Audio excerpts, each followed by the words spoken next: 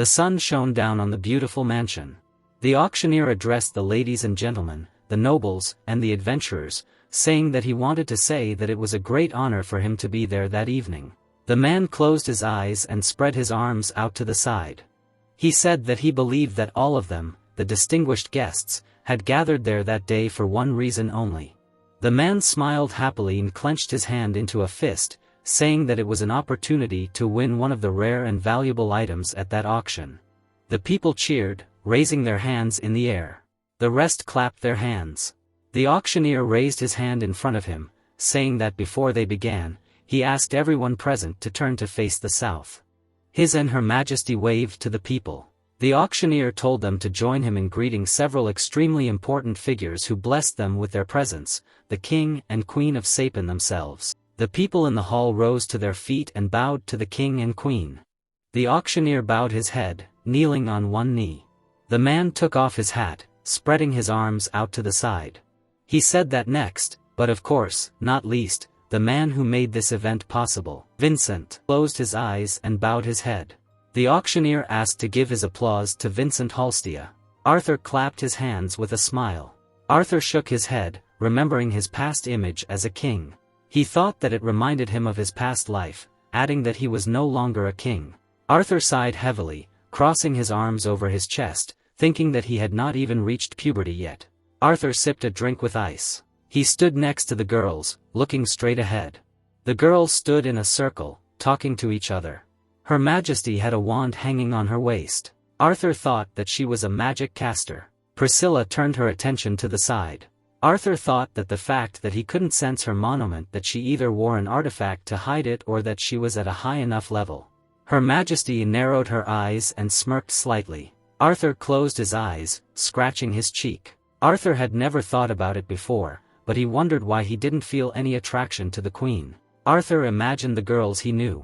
He thought that either any older woman, even if they were in the same age range as him before he died, adding that it might be because they were the same age as his Alice. Sylvie looked at Arthur with confusion, thinking.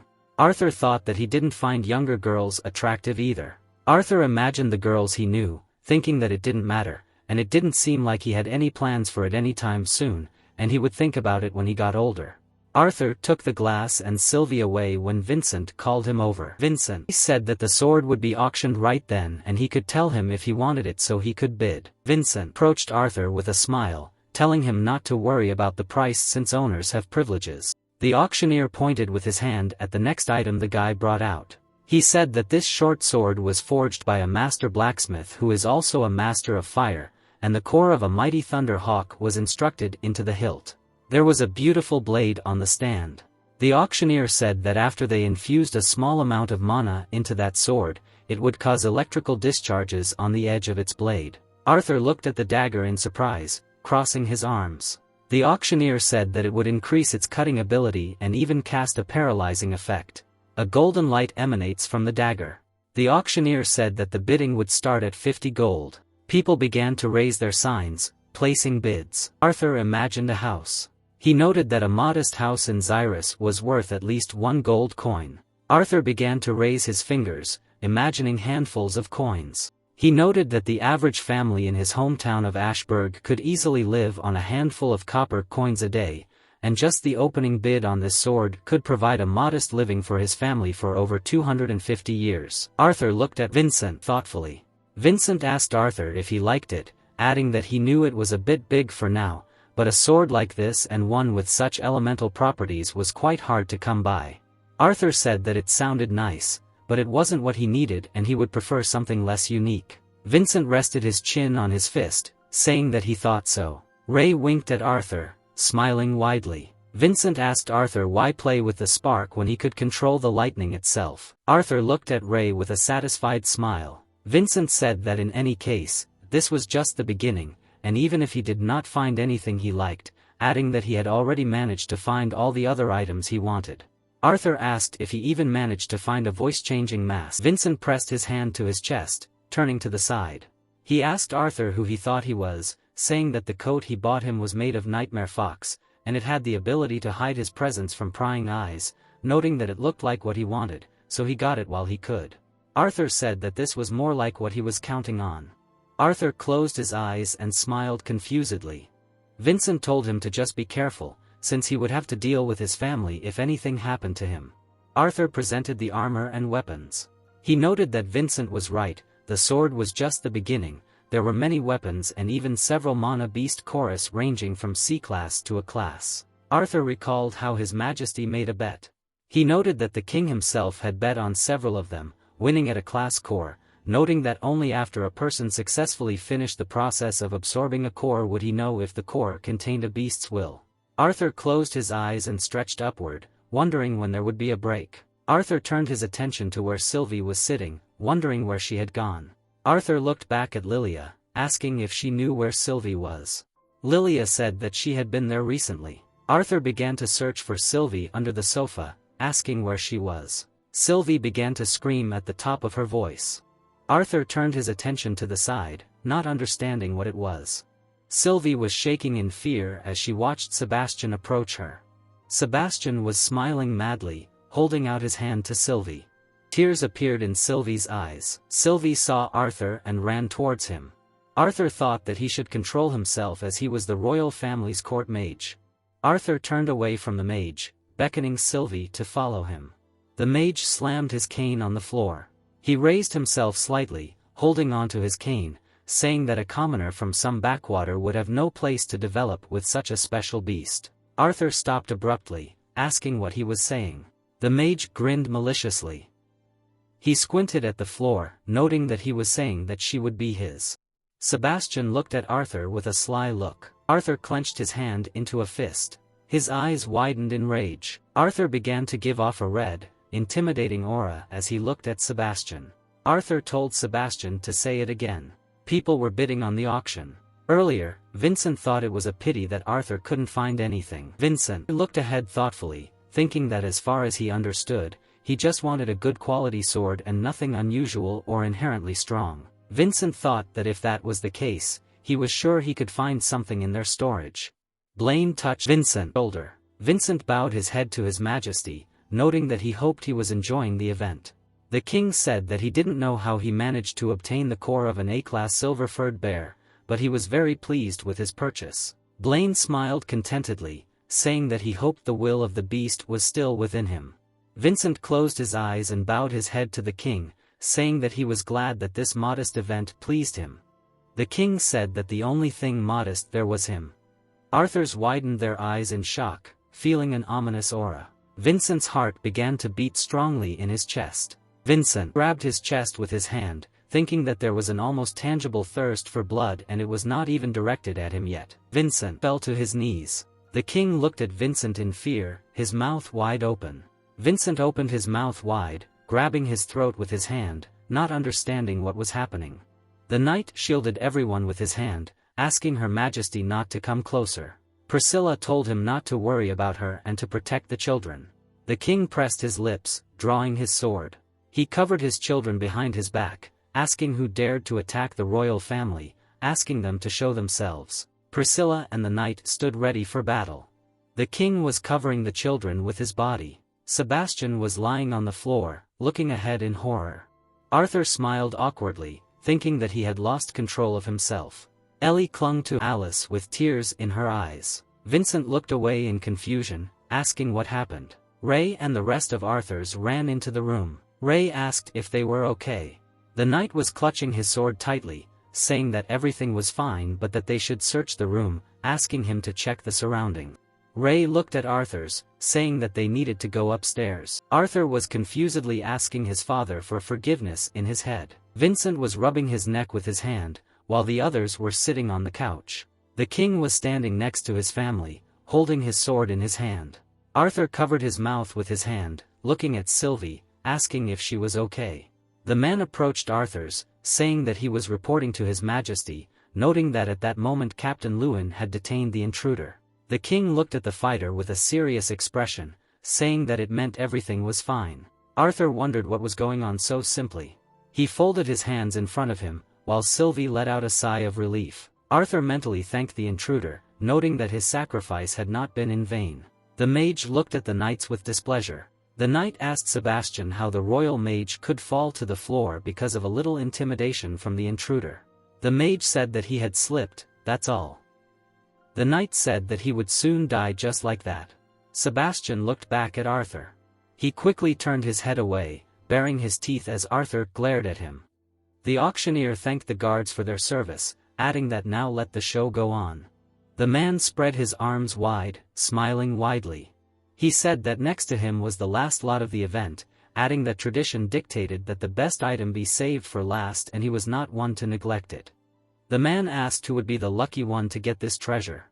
A girl in a bunny costume grabbed the red sheet on the lot. The auctioneer said for them to see. Under the glass was an animal, its jaws wide open. The auctioneer said that it was the child of the world lion. The people in the room looked at the goods with admiration. The auctioneer said that this was a little information for those who did not know this magnificent Mana beast, noting that an adult world lion has the potential to become a powerful B-class Mana beast, adding that he dared to say that if taken good care of, this young beast could even reach a class. Arthur glared at the mage, who was smirking slightly. Sebastian thought that this brat did not even pay attention to the other Mana beast. The man spread his arms out to the sides, his mouth wide open. He said that they all knew what this meant. Caring for and treating this beautiful beast carefully would allow its owner to become a legendary beast tamer, adding that the bid started at 500 gold. Sylvie raised her hand, bidding 550 coins for it. The man in a tailcoat raised his hand, bidding 600 for the lion. An blonde man in armor raised his hand, bidding 650 coins for the world lion. Jasmine raised his hand, offering 750 for it. The white-haired man raised his hand, offering the sum of 800 coins. His Majesty made a bid, offering 1,000 coin. The auctioneer shouted that it was 1,000. The king smiled contentedly, holding his hand up. The auctioneer said that it was 1,000 gold coins from His Majesty. The people began to smile awkwardly. Vincent approached the king, saying that apparently no one wanted to bargain with their king, congratulating him in advance. Vincent added that 1 plate of white gold would be more than enough, thanking him for his attention and generosity. The king tilted his head thoughtfully, closing his eyes. Vincent asked what his plans were for the new royal pet and whether he would tame it himself. Blaine said that as tempting as it was for him to have a relationship with it, he was thinking about giving it away. The king's son looked at his father. The king said he would give it to Curtis. The king looked at his son with a smirk, who pressed his fist to his chest. He said that of course, it all depended on how much effort he put in. Curtis said he would do his best. Curtis looked at his mother, worried. Priscilla asked if that meant she wouldn't have to listen to his tutor tell her he was skipping his classes anymore. Curtis told Alice that she had told him she wouldn't tell his father. Arthur's closed his eyes and smirked slightly, thinking that looking at them like that, they almost seemed like a normal family. Vincent looked at His Majesty with a smile. He said that the auction was nearing its end, asking if he wanted him to collect the items and send them to him. The king said that was nonsense, noting that it was as if he had patience and they would go down with him. Vincent closed his eyes and with a smile on his face pointed his hand to the side, asking the king to follow him. The magician approached His Majesty, bowing his head and calling out to him. The king leaned towards the magician when he came close to his ear. Sebastian looked away with a wicked grin. Blaine told Sebastian that was enough and he understood. Arthur wondered why he had a bad feeling about this. Arthur's left the room, following Vincent. Ray told the king that a servant would be there soon with his things, asking Arthur to come over. Arthur approached Vincent when an assistant approached them with a bag in his hands. Ray said that this was all he asked for, except for the sword, adding that he thought it would be better if he looked around in there and tried to find something he liked. Alice leaned towards her son, winking at him, saying that she would hold it while he looked for the sword. Arthur thanked Alice. The king looked at Arthur with a smile, holding his hand to the side. He asked Arthur that he was going to take fencing lessons, noting that his boy had just started learning as well, and maybe one day they could have a friendly sparring match between the two of them.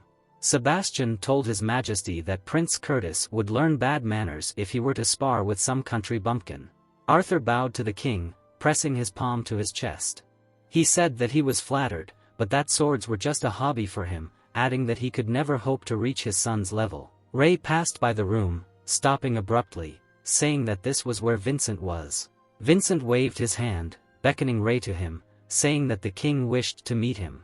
Ray knelt down on one knee before His Majesty, bowing his head, asking for forgiveness for the intrusion. Blaine told him not to worry, noting that he had heard that he was the one who had caught the intruder and that it seemed that Vincent had found himself a reliable assistant. The captain smiled slightly, pressing his hand to his stomach, saying that he was not worthy of such praise as he was simply doing his duty.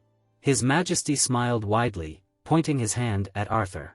He asked that his name was Reynolds Lewin and that this was his son. Ray said that it was, asking if anything had happened. His Majesty pointed his hand at the mage, who bowed his head. He said that Sebastian had been serving in the Royal Guard for many years, having helped his family countless times, and for the excellent service he had rendered to him and therefore his country, he felt the need to reward him from time to time. Arthur's eyes widened in horror. Sebastian said that he seemed to have taken a great liking to his son's mana beast. The king looked at Arthur with a smile, saying that if they were to provide the royal family with his son's mana beast, it would be a great favor to the kingdom. Ray looked at the king in surprise, kneeling on one knee. His Majesty said that Sebastian liked his son's mana beast. Ray looked at his son in confusion. Arthur looked at the floor in horror, his eyes wide. The captain looked at the king in bewilderment, holding out his hand to his son. His Majesty spread his arms out with a smile, saying that of course, he would be more than happy to compensate them for the mana beast and hire a mage to break the contract between his son and the mana beast at their expense. The captain bowed his head to Blaine, saying that he should apologize. The captain gritted his teeth, frowning. He said that neither he nor his wife had anything to do with their son's mana beast, noting that he had obtained it himself, so he could not speak for him on the matter. Alice looked worriedly. Blaine pursed his lips, looking at Arthur thoughtfully. The king stared intently at Arthur. Arthur flashed his evil gaze, looking at Blaine. His Majesty's eyes widened in surprise. Blaine blocked the disgruntled mage path with his hand. Sebastian asked Arthur that his parents had not taught him to lower his eyes when speaking to those above him in status. Blaine smiled slightly, raising his hand. He greeted the child, saying that he was sure that he had heard the conversation with his father, so he would not repeat himself, asking what he thought on the matter, adding that in his arsenal there was certainly a sword worthy of any ambitious young knight. Arthur closed his eyes and shook his head, thinking that he needed to calm down. He was heavily thinking that he was still the king of Sapin. Arthur bowed to his Majesty, thanking him for his kind offer, but he was forced to decline.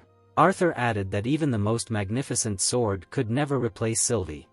Curtis pressed his palm to his chest, looking displeased towards his father. Blaine said that then exchanged his world lion cub, which he bought for his mana beast. Curtis told his father that he thought it would be his. Blaine asked Arthur how about it, adding that while his beast did seem unique, reptiles rarely become as strong as real predatory mana beasts. Arthur gritted his teeth, apologizing for not being able to express himself clearly. He looked at the king with a menacing gaze, saying that he did not want to give, sell, or exchange Sylvie. The king pursed his lips. He slightly opened his mouth, saying that he had asked him for a favor twice. Arthur stood with his back motionless. The king said that his patience was running out and was asking him one last time. Blaine asked if he would give him his mana beast. Arthur clenched his hand into a fist, after which he relaxed his hand, saying that then let him also ask his Majesty a question. Blaine looked at Arthur with bewilderment. Arthur looked at the king with a cold gaze, asking how much he was willing to sell his children for.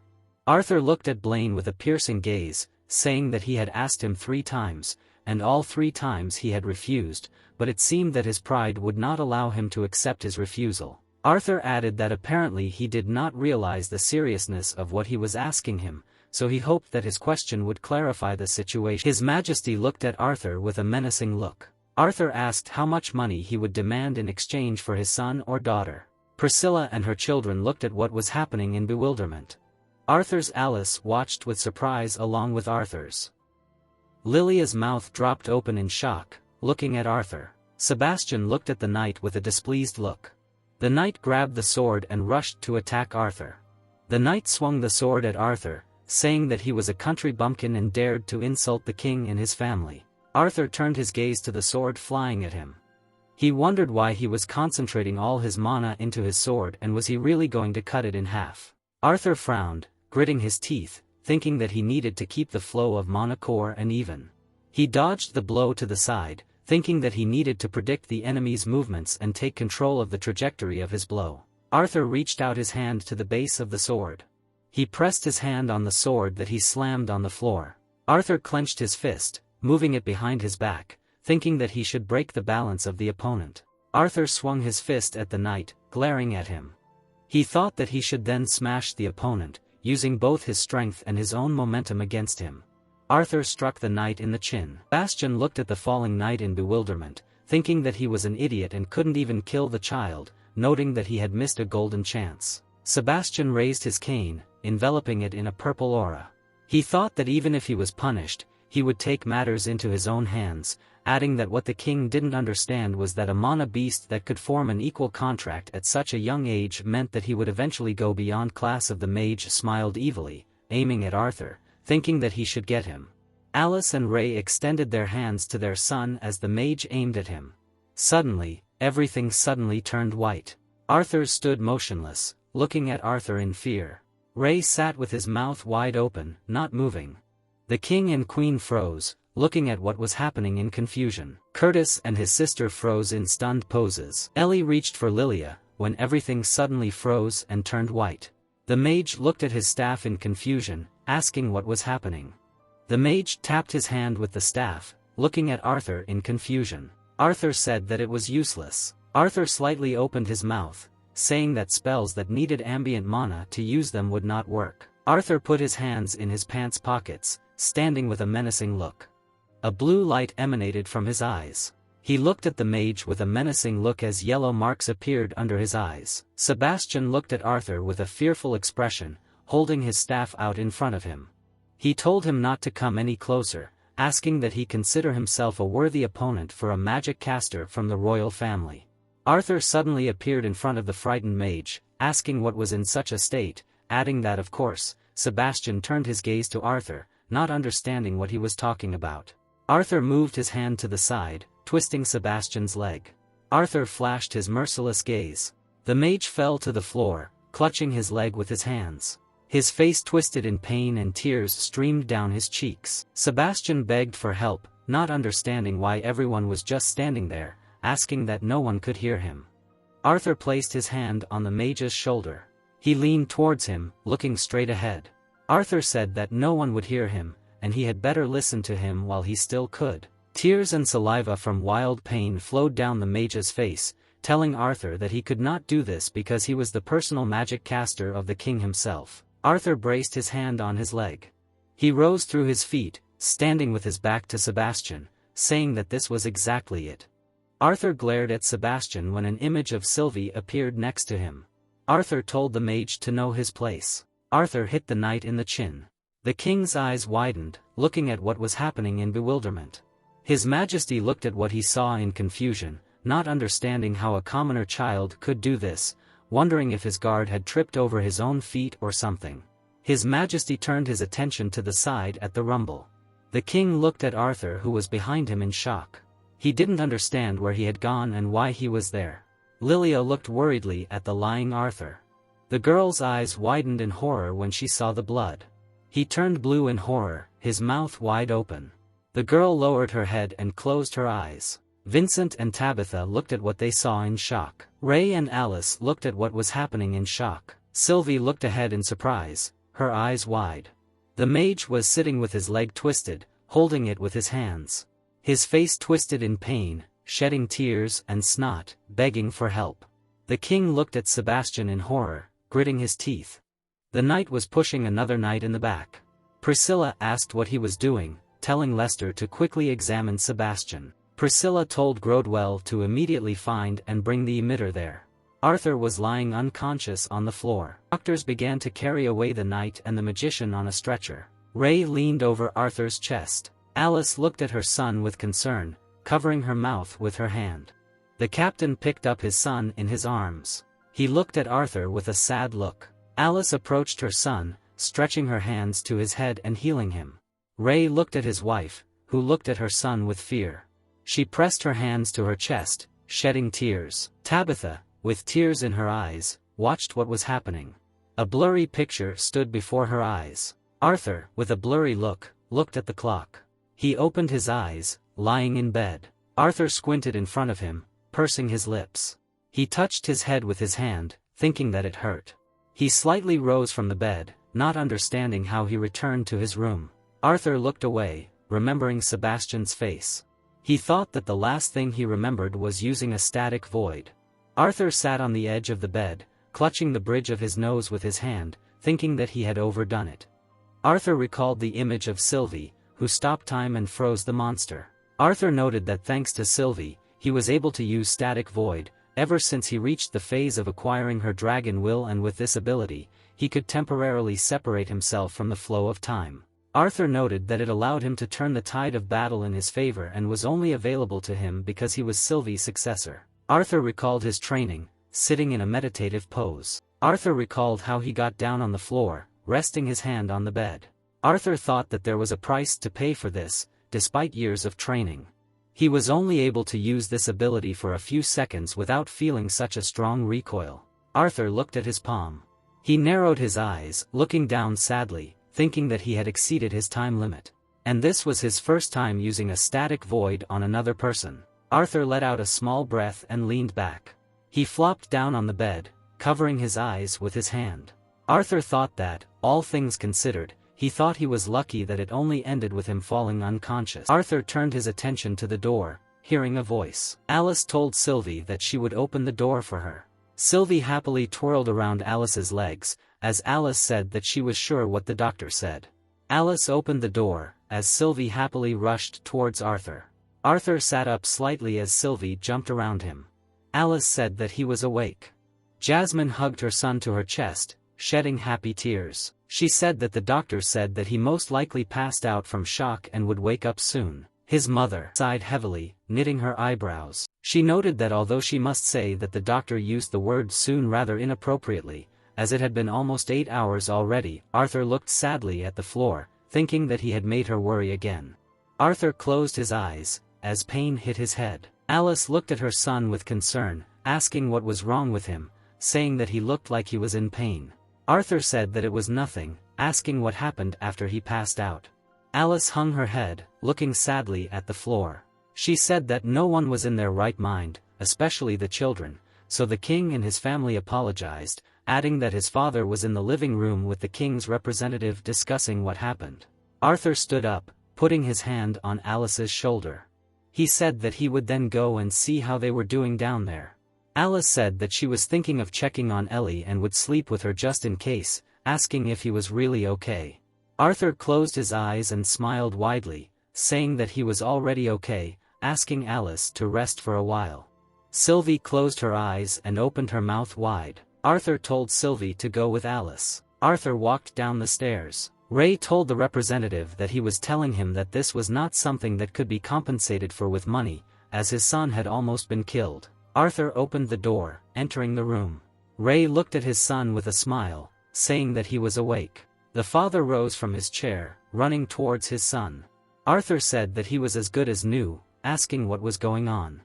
The father grabbed his son by the shoulders, baring his teeth at the representative. He said that the king's representative had simply thrown in a few coins as a token of the king's apology for this little incident.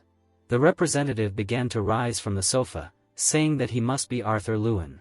The representative pressed his hand to his chest, bowing his head slightly. He said that his name was Jasper Cogwright, present there on behalf of His Majesty to express his deepest condolences for what had happened earlier in the day. Arthur walked towards the chair, sitting down in it, thinking that he should simply play the humble victim. Arthur thanked Jasper for coming all this way. Jasper adjusted his glasses, closing his eyes. The representative remarked on his good manners, adding that he had told his father most of what had happened, but also wanted to let him know that both men who had attacked him had been removed from their posts. Ray looked at the representative with displeasure, his brows furrowed.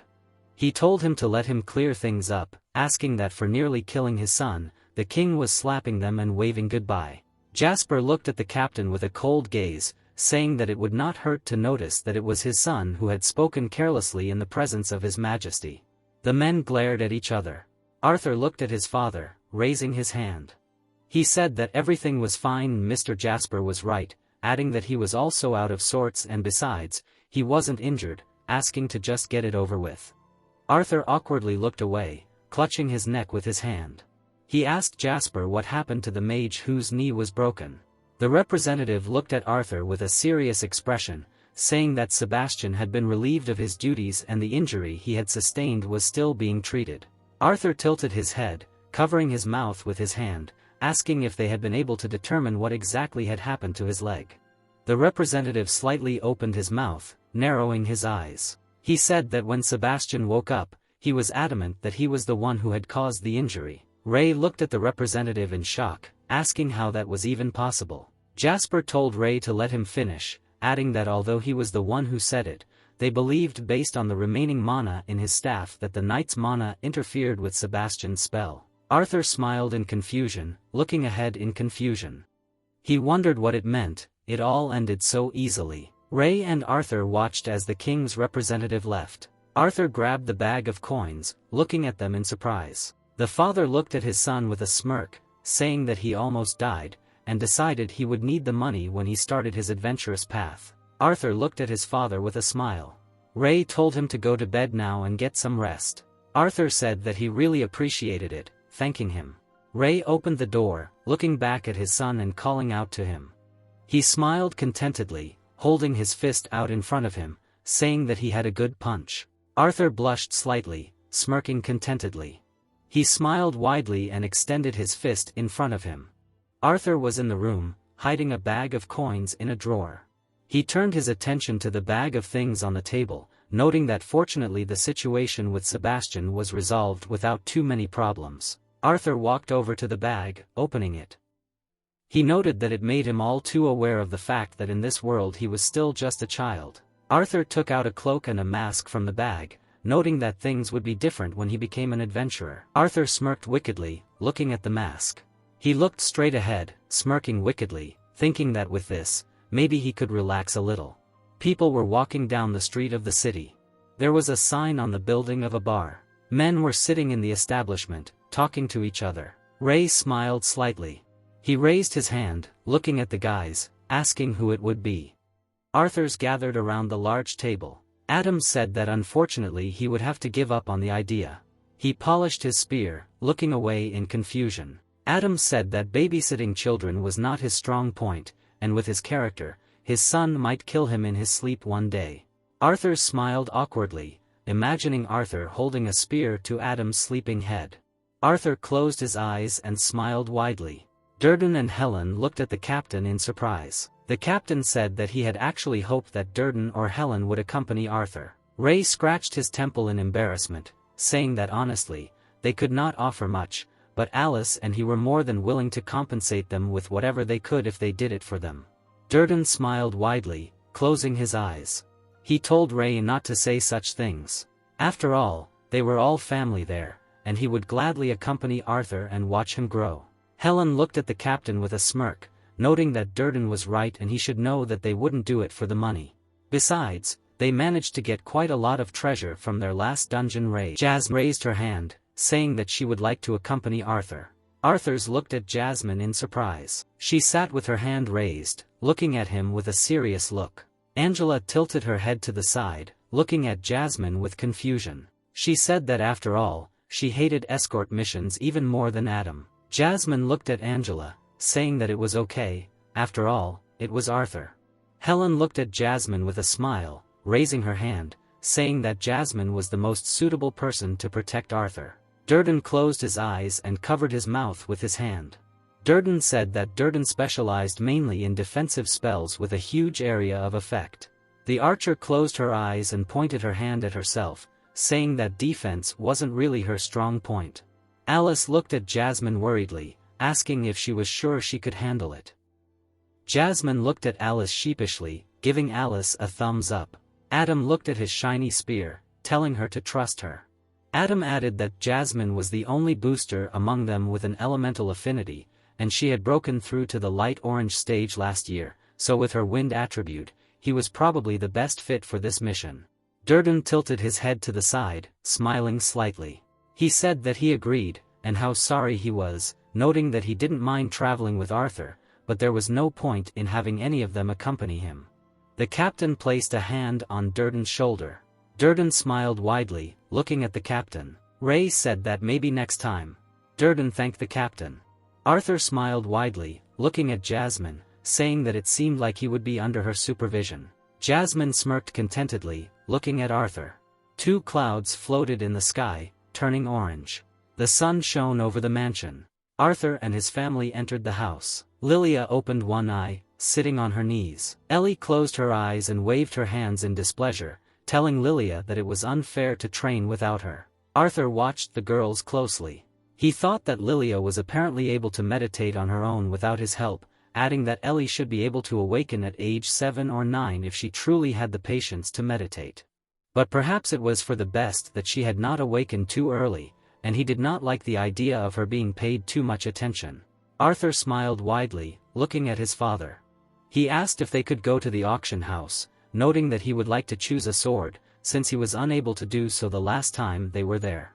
The father said of course. Alice looked at Arthur's with a smile, telling them not to take too long, since she was going to start preparing dinner. Arthur noted that Lilia's father and Alice were already waiting for them at the auction house. Vincent and Tabitha turned their attention to Arthur and his father. Arthur scratched his head, looking at Tabitha. He noted that this was the first time he had seen the two of them since that incident, and was faced with a long line of questions from them regarding his well-being. Arthur smiled widely, waving his arms. He added that he had tried his best to reassure them that he was fine and happy that it was over, but they were extremely unhappy with the king's behavior regarding the incident. Vincent looked away with a displeased expression, crossing his arms over his chest. He said that he bet that firing the 2 idiots was just a temporary measure until things cooled down, adding that it wouldn't be long before they got their positions back. Ray said that he thought the same. Arthur brought his fist to his mouth. He covered one eye and smiled awkwardly. Arthur said that they were there because he needed to find a sword before he went to take the test to join the Adventurers Guild. Vincent glanced at Arthur, saying that he had almost forgotten about it. Ray and Arthur followed Ray. Ray said that it might take him a while to find something he liked, but he could take his time with it. Arthur and Sylvie happily looked around the room. A huge room with weapons appeared before them. The cabinets were shining. Swords were displayed in the display cases. Those stood against the walls. In the room, there was a staircase leading to the 2nd floor. Arthur and Sylvie smiled widely, looking at the room. After a while, the guys wilted. Arthur joylessly waved his sword, thinking that this was unrealistic, noting that there were so many different types of swords but none of what he needed. Arthur looked at the sword with displeasure while Sylvie jumped to the side. He thought that it was not this sword either. Arthur was standing near a display case with large weapons. He noted that it must be because most warriors in this world are amplifiers, which is why there are so many huge swords with one-handed and two-handed grips. Arthur scratched his head, noting that his search for a reliable sword that he could use with his small frame had borne little fruit. Arthur picked up the throwing knives. Arthur then picked up the nunchucks, grimacing with them. He noted that he was tempted to give up and perhaps find a more unique weapon in the meantime. He smiled in confusion, looking away with narrowed eyes, thinking that this was so stupid. Suddenly, Sylvie began to scream. Arthur looked at Sylvie, who was rummaging under the sheet. Arthur threw the weapon aside, approaching Sylvie, asking what she found. Sylvie pulled out a black stick from under the sheet. She happily wagged her tail and smiled. Arthur knelt down, reaching out for the stick. He asked what the stick was, noting that it was not quite what he was looking for. Arthur took the stick in his hand, saying that he didn't know what she wanted him to do with the stick though. Arthur looked at the stick in surprise, his eyes wide. He thought that it was heavy, and the balance of the stick was almost the same as if it were. Arthur looked at the weapon in his hands in shock, saying that it was a sword. Arthur tried to draw the sword from its sheath. He tilted his head to the side, looking at the sword in confusion. Arthur wondered if he needed to fill it with his mana in order to use it.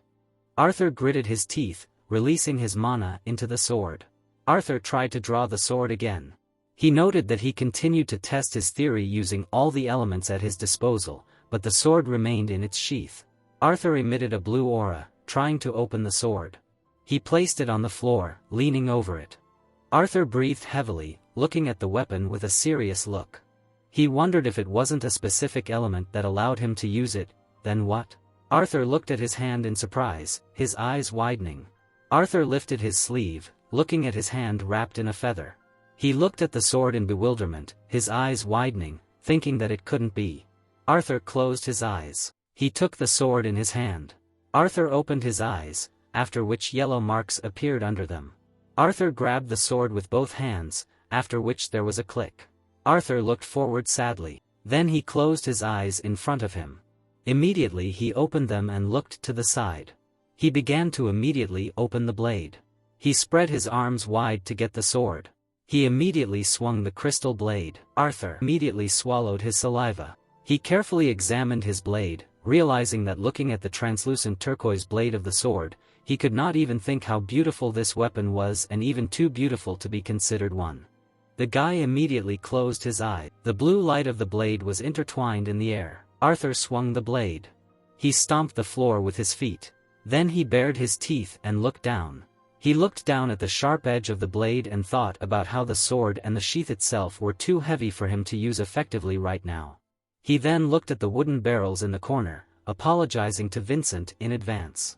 He immediately cut the air with his blade. Arthur struck the barrel, cutting it. Smoke began to come out of the barrel.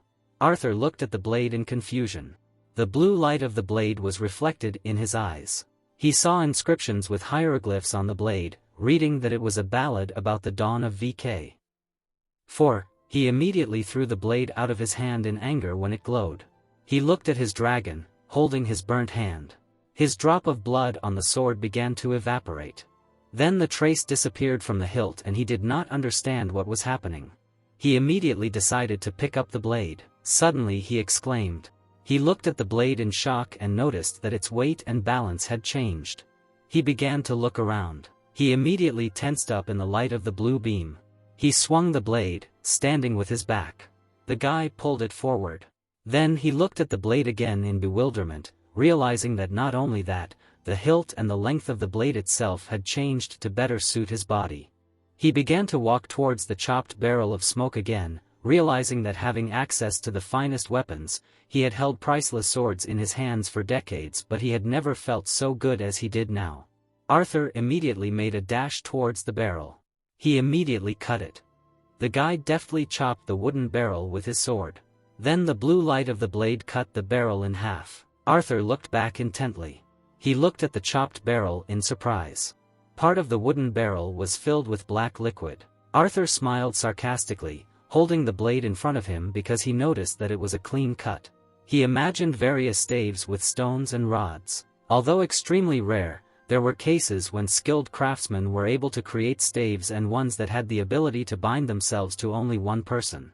Mostly, they themselves would adjust to their owner, improving the circulation of mana between them. The guy had never read about any cases where a sword would have such an ability. Arthur, along with Sylvie on his shoulder, looked away with the stain, trying to figure out who this VK4 was. Suddenly Arthur looked to the side and saw his father. Ray pointed his finger back, noting that time was running out. He immediately began to run along the shelves in a hurry, asking for a little more time. He immediately grabbed the sword, thinking that it would suit him.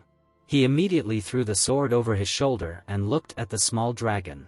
They smiled at each other slyly and Arthur noted that Sylvie was right.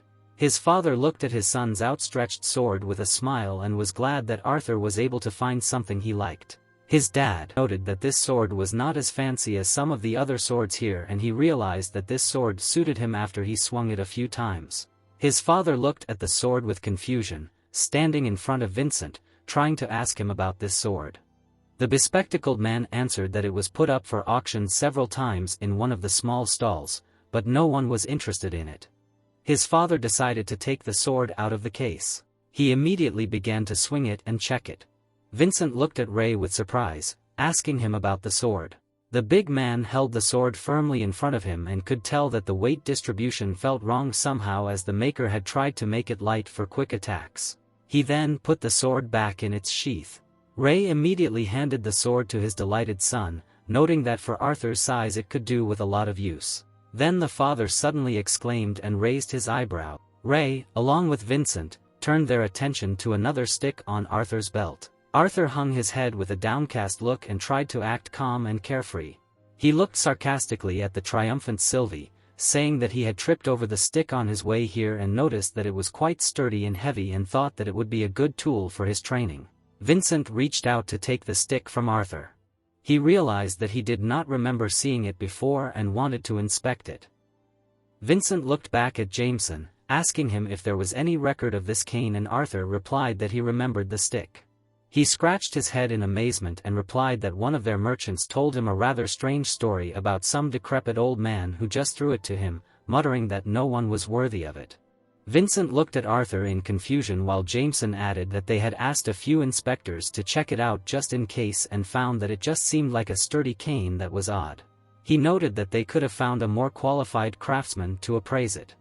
Arthur noted that it was a shame if it was something valuable, he just thought it would be nice to have such a stick. Arthur looked at Vincent with a beaming and pleading look. Vincent timidly scratched his head and gave the stick to the guy, saying that there was nothing to regret here, because here this stick was just getting dusty, and suggested that the guy just take it with him, for which Arthur thanked him. The satisfied guy began to leave with the stick, while his father and Arthur's remained behind him. This was the palace house of Arthur's family. All the close people were releasing confetti and celebrating Arthur's birthday. Arthur bowed before the table, thanking everyone for putting up with him during this year. His father and smiling Alice looked at their son. Alice could not believe that her son was already 9 years old. Vincent clapped his hands and looked back at the guy's parents, noting to Alice that there was no point in remembering anything until the end of their little holiday. The waiters began to bring shelves with dishes into the clearing. The mustachioed waiter carried a bouquet of roses in the background. Sylvie looked at it with joy. The whole family surrounded the table with dishes. There was a meat dish with broth on the table.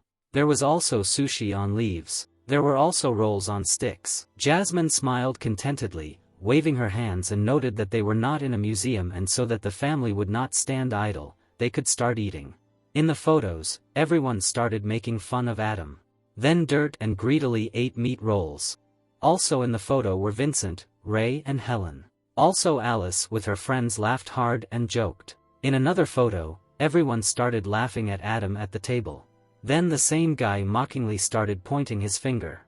Two little girls covered each other with their hands. Angela and Alice smiled widely using Angela's magic. Adam slammed his glass on the table, saying that now it was Durden's turn.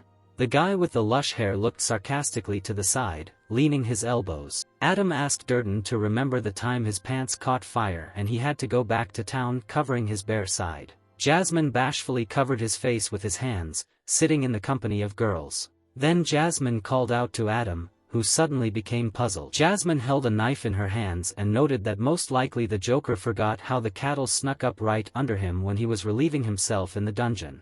Adam was completely stunned with shame and his eyes bulged when the girl added, as far as she remembered, that he was so scared that he jumped up, landed on his back and wet himself like a fountain. Everyone began to laugh loudly, sitting at the table, when Adam noted that he thought everyone was already asleep at this time. Arthur leaned his elbows on the table and smiled tenderly.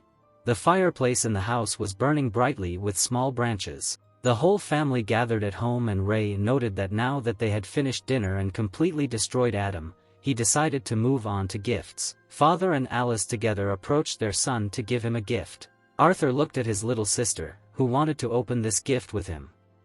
He immediately opened the box. Arthur looked dumbfounded at the black thing along with Ellie. Alice put her hand to her chest and said reverently that this thing was made from the skin of a spiky bison that his father hunted, and she put a small healing spell in each of these 3 stones. She added that the spell in each stone could only be used once, and she thought it would be nice to have some precautions when her son went on missions. Arthur put on a black armband with stones and noted that it was magnificent. Arthur immediately hugged his parents with joy, thanking them for such a gift. Vincent clenched his fist and coughed into it, noting that it was their turn. Glasses got down on one knee and opened the ring box. Tabitha slapped Vincent on the back of the head, telling him not to tease Arthur. Glasses looked back tearfully at his angry wife, saying that no one here probably had any love for the show. Arthur began to look over his ring, while Alice looked at the other ring in confusion. Vincent noted that one was for his son and the other was for his mother. Tabitha spread her arms in a wide smile and noted to Alice that while her son was wearing his ring, the gem on her ring would sparkle, and if his mana level dropped to a critical level. Alice immediately threw herself into the Jasmine's arms out of gratitude, but Tabitha added that the rings, unfortunately, could not do more than that, and they thought that this would bring her at least some peace of mind. Alice and Tabitha closed their eyes and smiled tenderly, because Alice felt a huge degree of gratitude to the whole family. Ray and Vincent stood hugging and smiling. Arthur looked at his ring with puzzlement, realizing that this ring was more like a double-edged sword, and on the one hand it could save his family from constant worrying about him, but it could also keep them in constant tension due to the expectation of trouble. His mother at this time wiped away a tear with a smile. Adam crossed his arms and together with Helen looked at the remaining guys, asking them how they would overcome this. The guy with a lush hairstyle smiled sarcastically, noting to Arthur's parents that their son was already too strong. Then they thought in the same direction as Vincent's family. Durden handed a small present to Arthur, noting that this little warrior did not need anything anyway, and they thought that his family would definitely appreciate this gift. Arthur opened the scroll with the hieroglyph as Durden explained that they were communication scrolls, and he didn't want to dwell on the fact that they were quite expensive. Jasmine immediately kicked Adam, who displeasedly noted that these scrolls were very expensive. Arthur with the lush hair raised a finger sarcastically, noting that either way they now had a one-time source of communication, which he thought would go well with their new rings.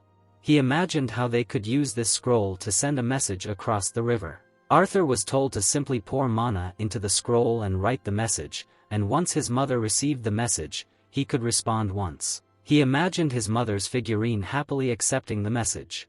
As the scroll began to disappear, Adam bowed sarcastically, adding that after confirming that the message had been transmitted to Arthur, both scrolls would turn to ash. His father noted that it was quite spectacular and impressive. Ray put his arm around his son and explained that tomorrow was the big day and asked his son if he was excited. His mother immediately hugged him tenderly and asked her son to promise that he would be safe, no matter what title he got or how rich he could become.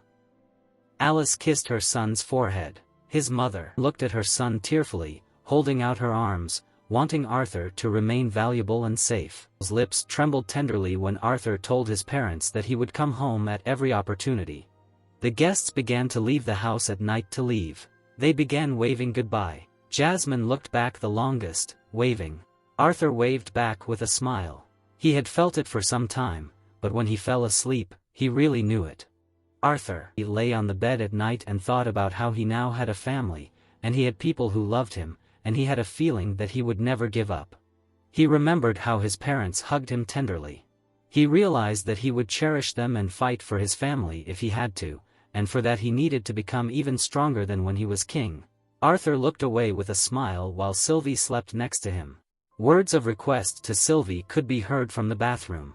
Arthur tried with all his might to hold back the struggling dragon, realizing that she should have gotten used to washing a long time ago. Sylvie clung to everything with its claws. Arthur looked at Sylvie with disdain, ironically noting that she had used magic for other purposes and now she had asked for it. Arthur grabbed Sylvie by the tail and began to pull. He bared his teeth and grimaced. Sylvie began to cry tearfully as she was pulled. Arthur immediately threw Sylvie into the air so that she would fall into the pool. Sylvie resigned herself to her fate, falling down. Arthur mimicked his pet by touching his eye. Sylvie closed her eyes with tears as she fell down. Arthur watched as Sylvie plopped into the water. Sylvie lay on his shoulder looking tired. Arthur put on his armband with stones. He walked down the stairs looking pleased. He saw his parents below. His father knelt down and hugged his son, noting that his son already looked like at least an S-class adventurer. The father leaned his head against his son and looked at him intently, explaining that he knew his son was strong and asked him not to become overconfident and know his limits, and when things got tough, to trust Jasmine. His little sister grabbed her brother's hand worriedly, not wanting him to leave with Sylvie. Ellie looked at her brother tearfully, asking him if they really couldn't stay. She immediately began to sob and cry even more. There Alice looked at the scene with concern. She immediately turned away as she began to cry. Their father looked at the floor as his son began to leave. Ellie began to cling to her brother, wishing that they had not left. Pallas tearfully and tenderly held her daughter, noting to her that her brother would be back before she could look back, but Ellie continued to scream for them to stay home and be here right now. Arthur stood in front of his sister and began to calm her down by saying that she was already a big girl and he had a very important task for her. He looked at his sister with a smile, asking her if she would be able to protect Mom and Ray while they were away. Ellie immediately hugged her brother tightly. She hugged him with tears in her eyes, saying that she had trained a lot and now she had a lot of little lights and she would be able to protect them. They hugged each other tightly. Arthur knew that he had missed so much of his sister's life and now knew that his short stay here would not be enough, but in order to protect them all, he needed to take this step. Alice immediately hugged her son tearfully, telling him not to look at her with that expression on his face and that she would be fine. The father looked at his family, who were tearfully saying goodbye to their son, and tried to calm them down. Alice tremblingly wiped away her tears and asked Arthur to go and not to forget to put on the ring. Arthur grinned sarcastically, asking Alice not to worry about him. As soon as he touched the door handle, he was called out. His family looked at their son with a smile and the father explained that they would always root for Arthur. Ray looked back with a slight smile, opening the door. Mom and Ray watched as their son left. Ray immediately began to calm his wife down. Arthur met a carriage and Jasmine on the street. Jasmine stared at the guy, asking him if he was ready. Arthur reached for his mask. He immediately put it on and walked forward, wanting to go. Arthur and Jasmine stood in front of the guild building. There were people and knights inside. Arthur and Jasmine walked inside while they were looking for a fire affinity spellcaster, at least C rank. The masked guy looked at his pet, who signed from his bag. Jasmine looked at Arthur, noting that his mana beast looked different. Arthur stroked his pet and said that he recently learned that Sylvie could change her appearance a little to look exactly like a black lizard without drawing unnecessary attention to herself. They were about to approach the reception desk, where a woman was waiting for them, greeted the guys through the window at the Cyrus Adventurers Guild and asked them how she could help them. As Arthur was about to say something, he was stopped by Jasmine. The girl immediately put a piece of paper on the table and said that she would like to sponsor the guy at the rank exam. The receptionist looked at what was happening in bewilderment. She immediately pressed the button, hearing the girl's decision. The shelves began to open the passage. The receptionist came out of the counter and asked the guys to follow her. The guys walked towards the girl in the shirt, who began to explain that today they had many people willing to take part in the exam. But due to the fact that the sponsor was present, they would place them closer to the front of the line so that they would not have to wait so long. They were going to follow the receptionist into the guarded corridor. Behind the masked Arthur, other people were vigorously discussing him. Arthur looked at Jasmine, who told them to go. At this time, the guys who were allowed to enter knocked on the office door. Jasmine entered the office with the guys and bowed to the main guy, explaining that the A-class adventurer Jasmine wanted to be a sponsor for the rank exam for this guy. The man stood up from the table and said that he was familiar with this miss and asked the girl to wait outside. Mask looked at Jasmine when she was asked about how she had been doing lately since the man had met her father. The girl clenched her fists. The guy in glasses put his hand to his chest and said that it was nice to meet the guys, introducing himself as Caspian Blade Heart, and he was in charge of this branch of the guild. The Jasmine in glasses looked ahead and said that usually, there should be an application that needed to be filled out along with a check of their mana core before a series of practical exams. Jasmine stood silently, casually addressing the guy when he was told that since the girl was his sponsor, he would let go of these formalities. Arthur looked at his mentor through his mask, wondering if her family was really that special. Caspian put his hand to his lips and added that the only thing left for them to do was to take part in a training fight with one of their examiners. The branch manager looked at the guy's weapons on his belt and noted that he was either a fighter or an amplifier. The guy with glasses waved his hand sarcastically and replied that names were not necessary to register as an adventurer, but seeing that he had a close relationship with this girl, he thought otherwise. Caspian extended his hand to the guy and asked him how to address him. Arthur remembered looking at the mask on the bed. He looked at his mask with trepidation. His white mask with a blue stripe reminded him of part of a musical note. Arthur extended his hand to the branch manager and suggested that he call him. Their handshake began to emit an aura of light. Caspian looked down into Arthur's eyes with trepidation, realizing each other's strength. The receptionist looked at the guys who came out of the office. Caspian turned to the assistant and said that it was nice to meet you and asked her to escort the guys to the exam room. Arthur looked back. Caspian also looked back with a smirk. The masked guy followed the girl, realizing that the Flamesworth house was mentioned with a fair amount of respect, and he became curious if that was why Jasmine wanted to accompany him. Arthur remembered how Jasmine clenched her fist at that moment, and he thought that she was very upset at the mention of her father. Arthur walked behind Jasmine from the side. The assistant looked back at Arthur's, asking them to follow the direction of the path that was supposed to lead them directly to the arena where the exam was to be held. Arthur and the mentor walked forward into the open gate, and the girl asked them to be more attentive because when climbing the stairs, they had to find a place for themselves and wait until their name was called. Ray covered his face with his hand from the bright light. A furious cry of a man was heard. 2 fighters were fighting in the earthen arena, which was being watched by spectators. George deftly dodged a blow from his enemy's spear. Then the bald man jumped into the air, behind the enemy. Jasmine watched as the fighter deftly swung the fiery spear. The bald fighter smiled maliciously, praising his enemy for such dodges. Then he rushed forward with another attack, wanting to finish off his opponent. George watched with an indifferent grin as the fighter ran towards him. At this time, Arthur was climbing the stairs with his mentor Jasmine. The bald guy swung his spear and wanted to deliver a hellish blow. Arthur stared at what was happening and did not understand why the fighter was talking about his next move. It occurred to him that just as the spellcasters would recite their spells to better visualize the image in their minds, many of the boosters also decided to vocalize the names of their attacks. The spear struck and immediately began to spin in the air above the dumbfounded bald fighter. Arthur watched the fight from the stands with Jasmine, and he thought that for such a simple move, it seemed a bit excessive. The bald fighter sat on the ground, not understanding how he had been defeated by his enemy, scratched his nose and sighed. An arrow of explanation pierced the bald fighter's soul when said that there were Grand Alices who could swing their canes better than he could swing his staff. George then began to flex his fingers and explained that his enemy relied too much on physical strength compared to his mana-based body enhancement, throwing off his attack balance. He then said that his attacks were laughably predictable and judging by his appearance. He was 35, but he was only in the dark orange stage. The bald fighter grimaced and barely held back from such criticism. He immediately burst into tears and explained that he had completed his training, where he did all the exercises for 100 repetitions. Jasmine immediately grabbed his face.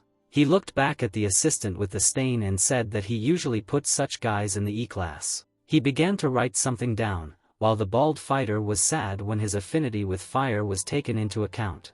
George slapped a piece of paper on the guy's face.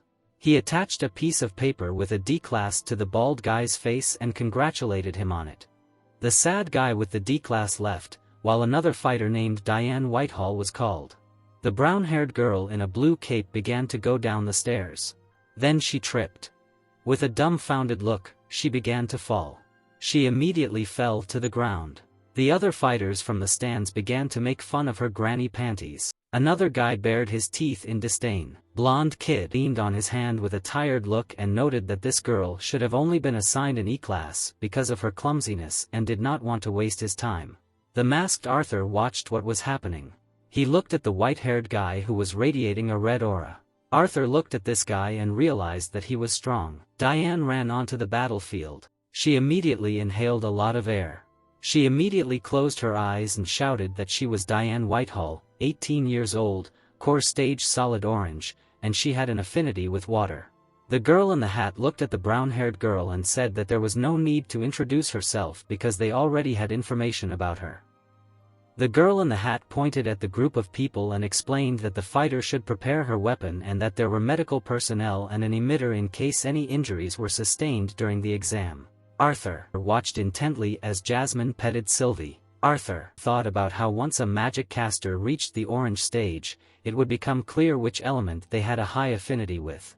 Instead of trying to become adept at all 4 elements, it would be much more effective to focus solely on the element they had a high affinity with. Arthur looked down and thought about what he heard. For magic casters who claimed to have a high affinity with 2 or more elements, the exam would be stricter to ensure that the applicants were telling the truth. The girl in the hat pulled out her staff and wanted to see what Mrs. Diane would be like. The girl immediately waved her wand. She then cast a spell in her own language. Diane waved her hand and surrounded everything with a blue aura. She was immediately surrounded by a blue protective sphere. Jasmine and the guy watched intently, and the girl noted that since spellcasters were not as skilled at strengthening their bodies with mana as amplifiers, they were trained to take defensive measures first during battle. The sorceress immediately began to chant her spell and surrounded everything with wind and earth. Diane looked dumbfounded as the earth and wind began to envelop her. Arthur stared through the mask, as he was curious, because the examiner used this spell to limit Diane's vision in her protective sphere of water. Diane immediately spread her arms to the side and everything was enveloped in blue light. The fighter immediately continued to chant her spell, waving her wand. Her blue aura intertwined in the earth. Diane stepped onto the ground, surrounded by a blue stream of water. She extended her hand forward, directing the stream of water. A powerful stream of water was directed at the examiner. She leaned back slightly and dodged the water energy. Diane then waved her hand, wanting to use the explosion. A blue explosion of water surrounded the examiner. Clouds of smoke enveloped the battlefield. The fighter on the podium looked ahead in shock, realizing that the water had turned into a cloud of fog. Diane raised her hand above her head and droplets of water rose into the sky. Then she sharply frowned, looking ahead. She directed streams of water energy towards the examiner. She looked at the cloud of fog. Then she saw a hole in the ground. The examiner was already behind the girl. She hit her on the head. Jasmine immediately grabbed her head, while Sylvie wanted to admit that her control level was quite decent and her last spell sequence was well practiced. Although she was a little overconfident, she did not prepare another defensive measure and in general her mana control and spell preparation speed were very good. The girl in the hat said that she would assign her a C class. Arthur looked dumbfounded through the mask, realizing that at Diane's age, getting such a class was a very worthy deed. Then the assistant began to look around, calling one fighter to come out first, and then stopped. Ian the sorceress looked at the list. Arthur exclaimed slightly. He was closely watching the ongoing fuss. Jasmine and Armor shouted that he was informed about the status of some fighter and he was actually being assigned the title of B-class adventurer. All the fighters began to sigh and were surprised at what they heard. Arthur, Ian the mask looked down and did not understand who this guy was, who did not even take the exam and received such a class for nothing.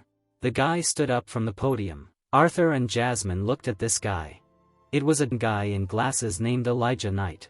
He stared ahead through his glasses. Arthur looked at this fighter in surprise. The assistant with the paper immediately cried out that the next guy would be Lucas Wakes. Lucas immediately grabbed a staff, rejoicing at his challenge. Lucas with the staff grinned maliciously, saying that he should have been immediately skipped and assigned a class.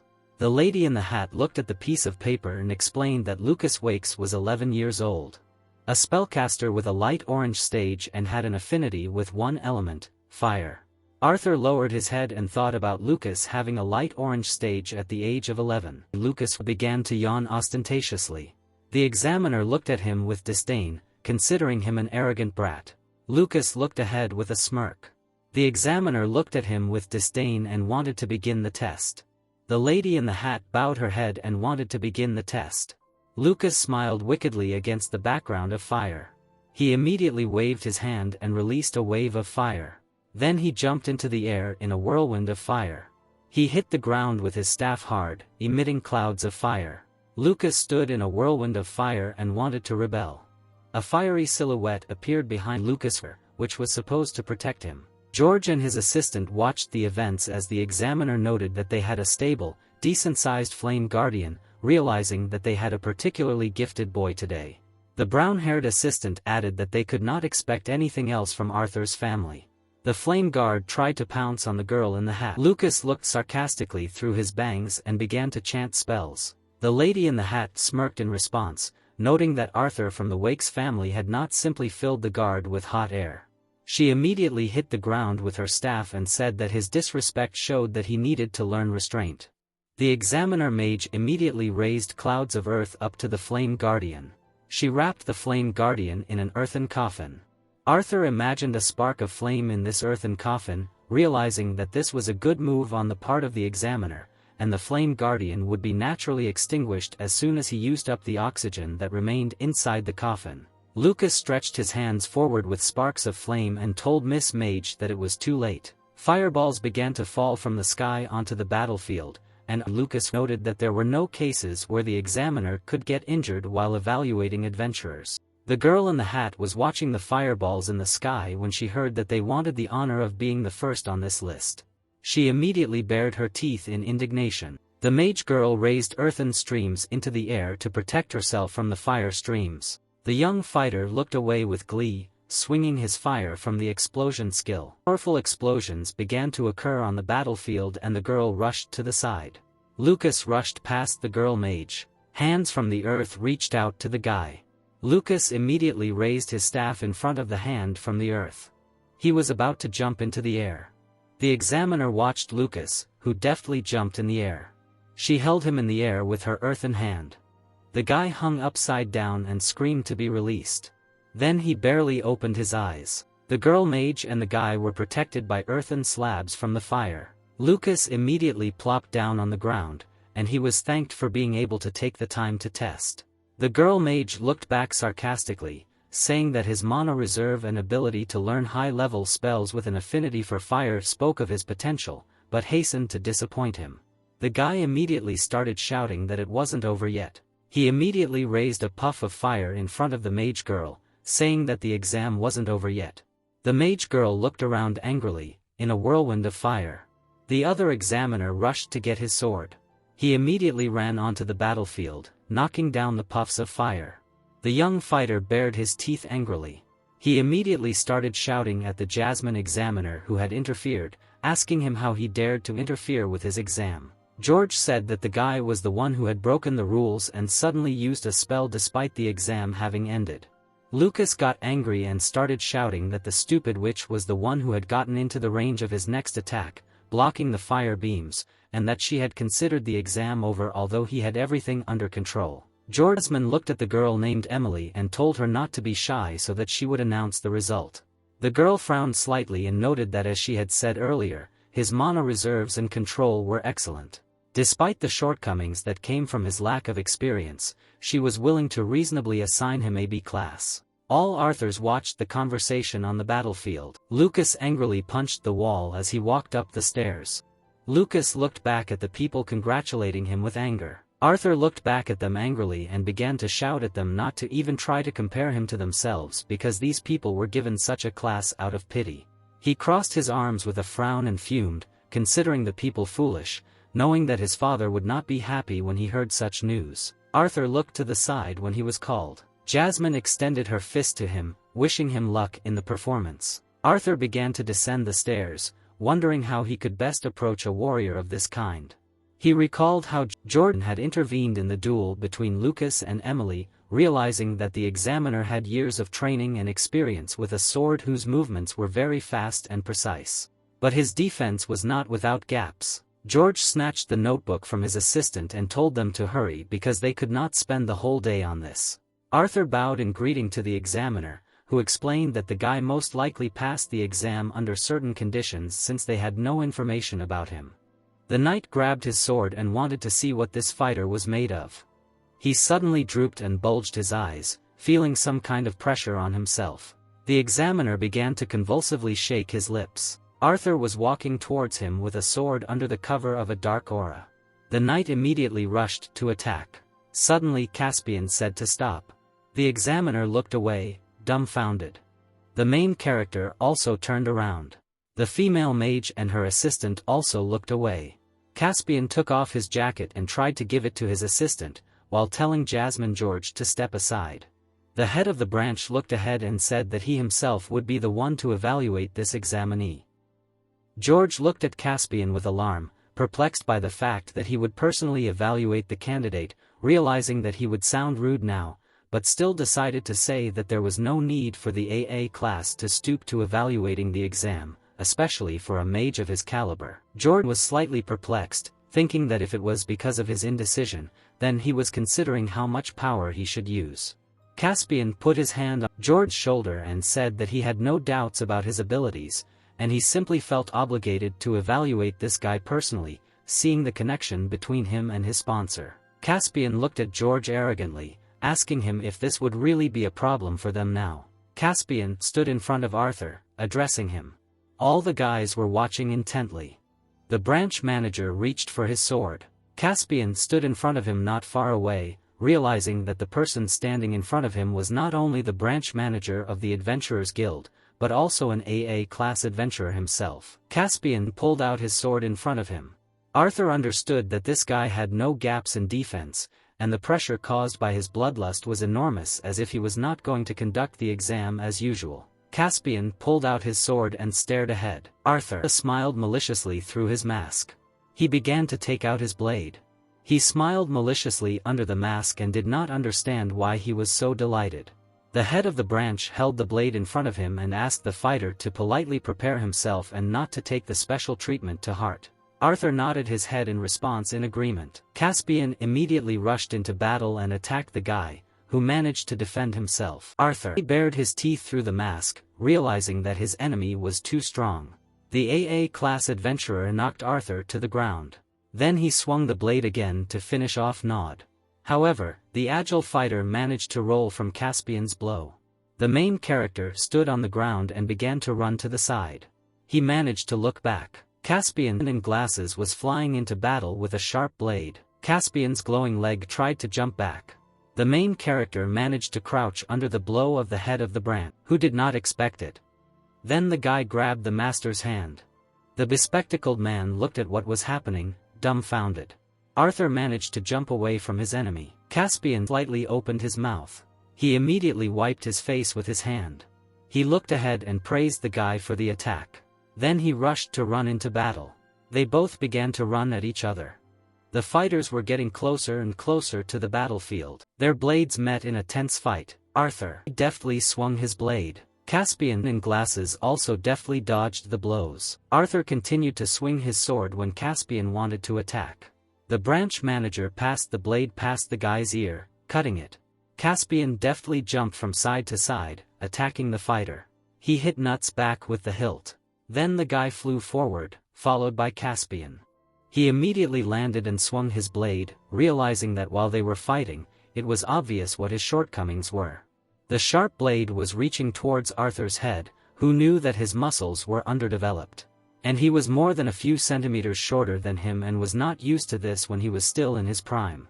The sharp blade was reaching towards the fighter's head, who managed to dodge. Then they both swung their blades at each other. Arthur deftly dodged in the space to attack, realizing that his body was more durable due to the assimilation of Sylvie's dragon will. But it was still not enough against the veteran fighter, whose body was strengthened and clothed with mana. They clashed blades in the air. Caspian's blade began to glow with a green aura. Caspian pulled the blade forward, saying that he had to apologize for underestimating the guy. He looked ahead arrogantly under the cover of a green aura and said that he would become much more serious from now on. At this moment, he felt strange sensations in his body. Arthur looked forward in shock as a white light shone behind him. Caspian in glasses with a green aura was flying towards him. Caspian was pulling out a sharp blade with an aura towards the guy. Arthur saw that his silhouette immediately evaporated and he realized that he should run away. The main character began to run to the side when an attack was flying towards him. Caspian swung his blade while the fighter ran in the distance and understood that Caspian most likely chose someone worthy. The guy in the mask exclaimed in front of the green beam. He immediately dodged the green beam, crouching down, realizing that the wind bullets were fast and almost invisible, but their trajectory was predictable. He immediately assaulted and dodged the wind bullet again. Caspian in glasses kept the blade sharpened, looking at the guy. Arthur knew he had to close the distance if he wanted to have even a small but real chance of success. Arthur ran through Caspian's attacks, dodging them. Arthur ran forward quickly, knowing he was within range. His fiery blade was raised in the air. Emily and George watched intently. Jasmine also watched the duel, her arms folded. Arthur directed a stream of fire towards the enemy, who leaned back. Caspian glared at the puffs of fire, realizing that in front of him was a mage with an affinity for fire. Arthur's looked forward through the fire. They touched each other with their blades, emitting their auras. Their sharp blades intersected in the air. Their black silhouettes fought on the battlefield in their auras. Noda carefully looked forward through the blades and fired at the enemy, who realized that the result should have been obvious. Caspian grinned sarcastically, realizing that he was an AA-class adventurer who was able to use long-range spells that would have killed most amplifiers. He glared at the guy, not understanding why he was nervous. The branch manager floated through the blade that protected him from the attack. Caspian bared his teeth strongly from tension, realizing that he should not have been so arrogant. Streams of green aura seeped through the guy's head. They immediately jumped apart from each other due to the resistance of the aura. Jasmine jumped up in alarm, worried about Noda. Caspian sharpened his blade in the streams of green aura. Arthur watched the stream of green beams in his direction, realizing that he had not yet managed to regain his balance and noticed that his enemy had lost his temper. The green beam was directed at the black silhouette of Ray. He immediately began to run forward, leaving fiery traces. He soared high into the air. Arthur, in a mask, flew over Caspian in streams of fire. He immediately swung his hand with fire, wanting to attack the bespectacled man. Noda bared his teeth from the tension under the mask. He landed and began to run forward, realizing that he had already gone too far. Caspian stood in a fighting pose in a green aura, impressed. The beam of light was directed at the head of Arthur, who noticed that the enemy's casting speed had increased. The guy began to fall backwards. He slipped in the fire and began to fall. He fell to the ground, when suddenly a stream of wind bullets rushed past. A bespectacled man with a blade was flying at him from above. He hit the ground, as the guy managed to jump back. Arthur crouched in a fighting pose, realizing that his enemy had been pushing him all the time to play his cards more and more. He was about to soar in a jump from the ground. The fighter flew to the attack in a ball of fire, realizing that now was the time to play all the cards. He understood that Caspian had already witnessed his explosive step, but this was a spell that he invented, showing itself from its best side when used continuously over and over again. The guy grabbed his enemy's hand. Then a note hit him and they flew forward. The main character stared at his enemy. Caspian was very angry and bared his teeth, not understanding how he could accept defeat. Caspian in glasses opened his mouth wide. The main character immediately jumped away from him in streams of green energy from Caspian. All the spectators covered themselves with their hands from the streams of aura. Jasmine covered herself with her hands from the green aura. The same guy in glasses also grimaced from the energy. Lucas at this time also felt discomfort and hit his face. Arthur landed and felt a green aura on himself. He looked ahead through the mask. He saw green streams of aura in the air. Caspian was walking towards him. They were standing far from each other on the battlefield. Caspian in glasses looked ahead angrily. Jasmine sharpened her swords and was going to jump to help her ward. Noda stared ahead, realizing that he was above all this. He remembered fighting a huge guy in a fiery aura, realizing that there were only two directions in the lightning school, external and internal magic. Then little Arthur tried to dodge the fiery fists. At that moment, he sat under the enemy, tripping him. He knew that in the books it was said that for magicians, internal magic was too difficult to master, and it was not worth paying attention to because of a small increase in strength, but he did not agree with this. He, in a demonic black form, ran to attack in a red aura, realizing that with his increased speed and reflexes, he should be able to dodge everything. He ran in a fiery aura at Caspian, hoping for this. His foot bounced off the ground in discharges of fire when suddenly the release command came out. Arthur, in the mask, looked forward in bewilderment. The bespectacled man put the sword back. He looked forward, holding the hilt of the sword, and said that he got a little carried away, trying to find out his limit, and apologized. Caspian glanced to the side and took into account the fact that the fighter stubbornly hid his abilities until the very end, and he could only assume that the guy wanted to avoid being assigned a not very high rank. Noda timidly scratched his mask, realizing that he was noticed. He heard his name and that he was assigned rank. All the people looked at what was happening in shock and vigorously discussed what was happening.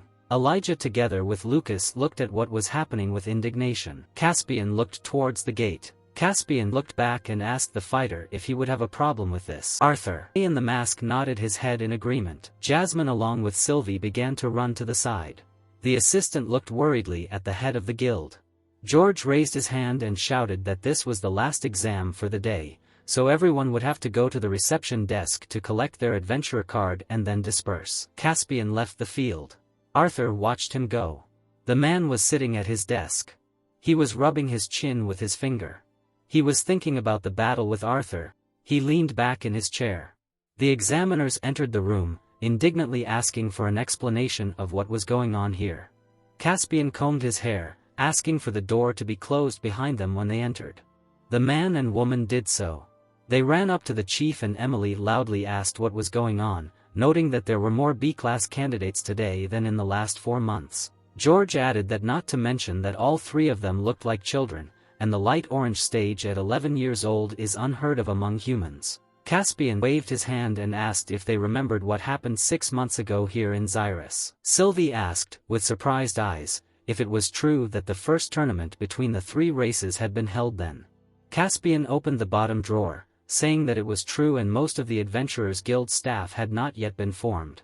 But he had been notified a few weeks ago that the ban on elves and dwarves obtaining adventurers' licenses in Sapin had been lifted. He took out a notebook and added that there were several distinguished examinees in today's group. As the man leafed through the notebook, George asked if he really meant that all 3 were dwarves or elves. Without looking up, Caspian implied that Lucas Weeks was a half-elf living in Sapin, and although the information about his birth was classified, he guessed that he was most likely born from an elf slave. Still looking at the notebook, he told his colleagues that the Weeks house had always had a bad reputation for using vile methods to breed the best mages of their kind. While imagining the flames burning on his hand, Caspian spoke of how he was an unusual case though, as it was unusual to have such a strong affinity for fire despite his elven bloodline. Introducing Lucas, he noted that he had awakened at the age of 8, which was early even by elven standards, and was forced to become an adventurer to further improve his abilities through actual combat. And it seemed that his family had realized that beast cores and elixirs no longer had a significant effect on his growth.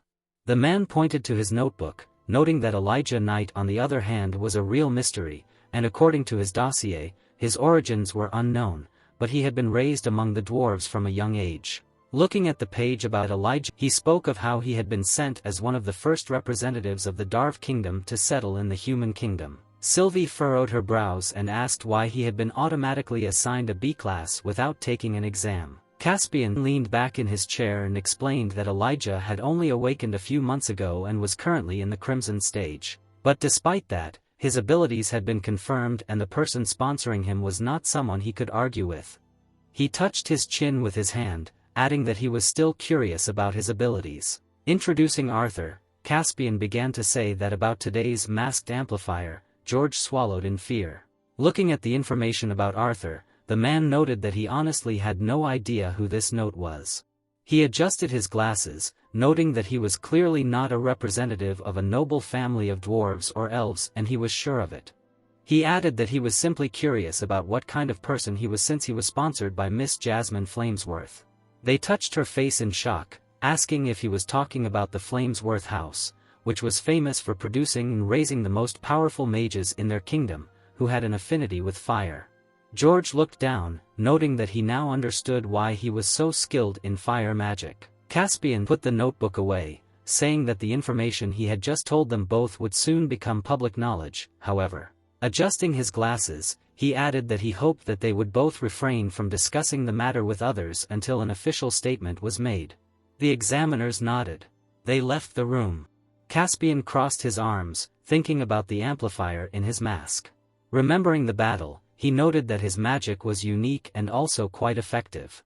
Remembering the jump, he mentally told George that he was wrong because it was the art of wielding a sword that made him a real monster. Thinking about how he attacked Arthur, the man noted that although his actions were a little chaotic, as if he was not yet accustomed to his own body. The child in the memory jumped under his feet. They crossed swords. Caspian thought that he could not imagine how terrifying he would be. While straightening the stack of papers, he thought that nevertheless, with the lifting of the ban, elves and dwarves would be able to become not only adventurers here, but also students. Caspian grinned. He mentally noted that this continent was indeed entering a new and exciting era. The girl stood on the balcony, Tesha sighed tiredly. She often talked about Arthur. Together with Rinia, she addressed him through the orb. Many times, she saw his outline in the Ma equals JIC orb. Her eyes looked with admiration. The elf kicked the balcony, thinking that she should be happy that he returned home and was spending time with his family. But, imagining Arthur and Lilia, she wondered who she was and whether Ray was treating her too well. The girl angrily clenched her fists. Entering the house, she exclaimed that she was the first to become his friend. She collapsed on the bed. Tesha looked at Arthur through the orb. Touching the glass, she muttered that perhaps she should have treated him better while he was here. The elf cried out that it was Arthur's fault, because he treated her like a child all the time. When he was using the orb, she called him a fool. Virion entered the room, declaring that he had very good news. The granddaughter threw a pillow at him, while he noted that she was using the orb again. The girl reminded him of the knock on the door. The man dodged the flying pillows, saying that he was all for Arthur becoming his grandson, but in his opinion, it was too early for that. He sat down on the bed, asking the girl not to be offended. The old man waved his hand and said that he had good news for her. The elf perked up when the grandfather asked what would happen if he said that she would have the opportunity to attend the same school as Arthur. Tesha turned to him sharply and happily began to ask if it was true. The king and queen entered the room, and Sylvie said that it was true that her grandfather had close ties to the headmaster of Xyrus Academy. Virion laughed, saying that the sly old fox bragged to him about finding an enhancer who had an affinity with the 4 elements, while he was the one who trained him. As he took the orb, Alduin told his daughter that it was a little more difficult than sending her to a normal school. Muriel asked if she remembered about the continental tournament. Her husband added that, well, that was just the beginning. He waved his hand, saying that they were discussing the terms of training the younger generations of elves together with the people of Xyrus Academy. The old man added that the headmaster said that Arthur planned to be an adventurer for 3 years, so if all went well, by the time he started attending the academy, Tesha would already be in high school. Alduin smiled contentedly and told her to train hard with her grandfather. The silhouettes of Lucas, Elijah, and Arthur appeared. The man said that in the end, they would be the beginning of a new generation. The girl nodded contentedly, a bright room with a shield emblem on the wall. People were standing near the reception desk. Jasmine sat next to Arthur and asked if he was okay. Arthur answered that everything was fine, but in reality, he began to replay in his mind the moments of the battle with the man. He remembered how they used swords and magic. Looking at his hands, he said that it was fun. Raising his head, Arthur asked the girl if she knew Caspian. Jasmine looked away. Turning away, she answered in the affirmative. Without turning her head, Jasmine began to tell that her father has close ties with people from the Adventurers Guild and Caspian is one of them. Arthur shifted his gaze. He was called loudly. Sylvie behind the counter was calling Mr. Note. Arthur approached her while the adventurers were discussing. Angela behind the glass thanked him for waiting and noted that she had been informed of the results of his mock battle. She held out a small box. Pointing to the card, Sylvie said with a smile that on behalf of the Sappen Kingdom Adventurers Guild, she wanted to congratulate him and welcome him to their ranks. Arthur took the card. There was a sign in the center. He turned around when he was called. 3 boys were giving him thumbs up. Arthur and Sylvie looked at him with disdain. Sylvie's hand fell on his shoulder. Jasmine looked at her comrade, saying that he might be a newbie, but he was an adventurer now. She showed him her card, saying that he was one of them. Arthur looked at his card, mentally noting that he was an adventurer now. Frozen, he thought that as Note he was now free from the bonds that held Arthur's life. However, placing his hand on his sword, Arthur thought that today's fight with Caspian had made many things clear to him. He mentally noted that he had spent too much time adapting and learning the magic system of this world. He imagined Sylvie. He mentally noted that he had honed his elemental magic. He had trained the fire element, the water element. He had fought with the air element. He had mastered the earth element. He had honed his ice skills. And he had fought with lightning, remembering himself crying. And then in an explosion of energy, Arthur thought that he had been so absorbed in the abilities he had acquired when he came to this world. Imagining how he had broken a man's leg, he noted that he had given up on learning what he had previously been the best at. Remembering himself with the sword as Grey, the Arthur mentally noted that in the past, he used most of his meager Kai to perfect the simplest of techniques. He thought that in this world, there were no limits, so he should continue practicing magic or... Arthur bumped into someone. Looking up, he apologized. Elijah was standing in front of him. Looking at him, Arthur mentally noted that he was one of the examinees today, and he was the one who was assigned B class. Elijah looked away, saying that everything was fine. The voice asked if they really knew each other. Lucas was walking towards Arthur's. Lucas smirked and asked if there was a meeting for new B-class adventurers that he should know about. Arthur turned to him and asked if he was really going to throw a tantrum if there was one. Lucas gritted his teeth and asked not to be impudent just because they were in the same class. Pointing his finger at him, he added that even within classes there were subclasses, and they, the commoners, would be at the bottom. Lucas narrowed his eyes and told him not to forget about it. He brushed Arthur with his shoulder. Arthur watched Arthur leave, mentally noting that this was typical behavior for an annoying side character. He pointed to the empty space when Jasmine asked what happened. Arthur replied that he was just talking to, and then added that he left. Looking up, he asked what next and if the girl wanted to take a quest from the notice board. Jasmine looked at him with a distant look and replied that with his skills it would be a waste of time, so she had something else in mind. The sunset sky covered the square. Dard stood at the portal, saying that traveling to the animal glades required a license or permit. While the adventurers showed cards, Jasmine asked if her companion needed to stock up on anything before they set off. Arthur replied that he had brought everything he would need for the next week. They headed towards the portal. On the other side was a forest clearing. Nearby was a small waypoint. Birds were flying high in the sky. The adventurers walked through the clearing. Arthur walked confidently. Looking around, he asked if it was too quiet here. The girl replied that they had arrived at an outpost in the foot of the Great Mountains, and that most of this area had already been explored. She pointed to the man and explained that low-class adventurers also used this area to train and gather ingredients for quests. Watching the fight with the skunk, Jasmine added that the fluids these animals produce in their scent glands are used in many elixirs and potions, so there are always quests for them. They passed a man who was knocked down by a skunk. Sylvie turned around. She saw the beast on the grass. As she jumped off his shoulder, Arthur asked where she was going. He froze when Sylvie replied that she was going to eat to become stronger. Watching her chase the beast, Jasmine said that she must be in awe of the wild nature, soaked in mana. She asked if her comrade wanted to follow her. Arthur replied that she would be fine, since he could clearly sense her due to their connection. The girl explained that the beast's fields had a denser level of mana. Ray nodded when she added that his range with Sylvie would be much greater. Putting a hand on his shoulder, Jasmine suggested that they hurry since their first rest stop would be at the end of the day and it was getting unsafe at night. She rushed forward, telling him to try to keep up. Arthur ran, thinking about how parents felt when their child also went to school for the first time. He remembered grabbing Sylvie's tail.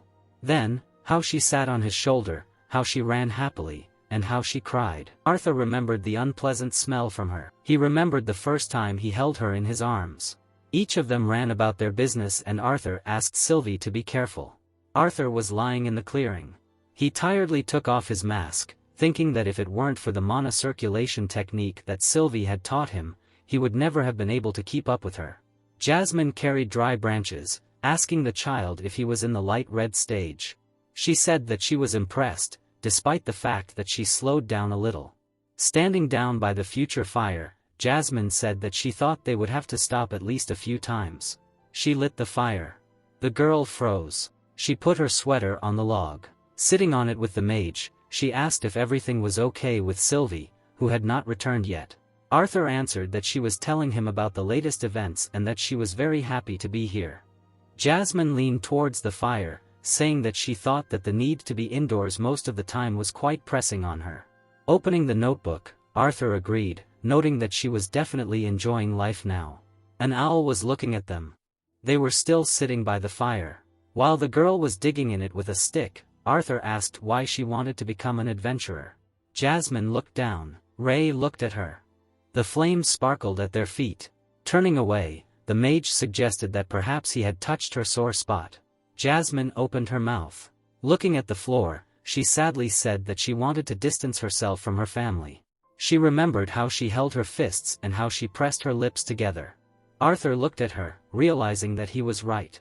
The girl lowered her head and replied that everything was fine and that she knew that he had noticed it back in the Adventurers Guild. She said that the Flamesworth house had made a great contribution to the war against the elves. She remembered warriors and a lot of fire.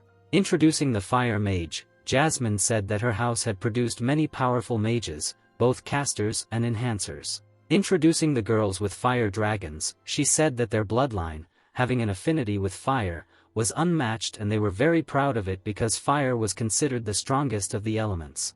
The dark figure held a small black-haired girl. Jasmine said that this is why, when she awakened before all of her siblings, her parents had high hopes for her. The crowd watched as the child sat in a pile of crystals. Jasmine noted that however, when all the tests showed that she did not have an affinity with fire, her family began to think of her as worthless. She looked at the wind in her hand. The girl looked back. Arthur clenched his fists, shouting loudly that this was stupid. He stated that he understood that there was a difference between the levels of the mana core. Browning, he said that however, it was absurd to create a hierarchy for mages based on elemental means. Arthur raised his hand, saying that there was no elemental soldier that was inherently better than the others and everything depended only on how well the mage could use it.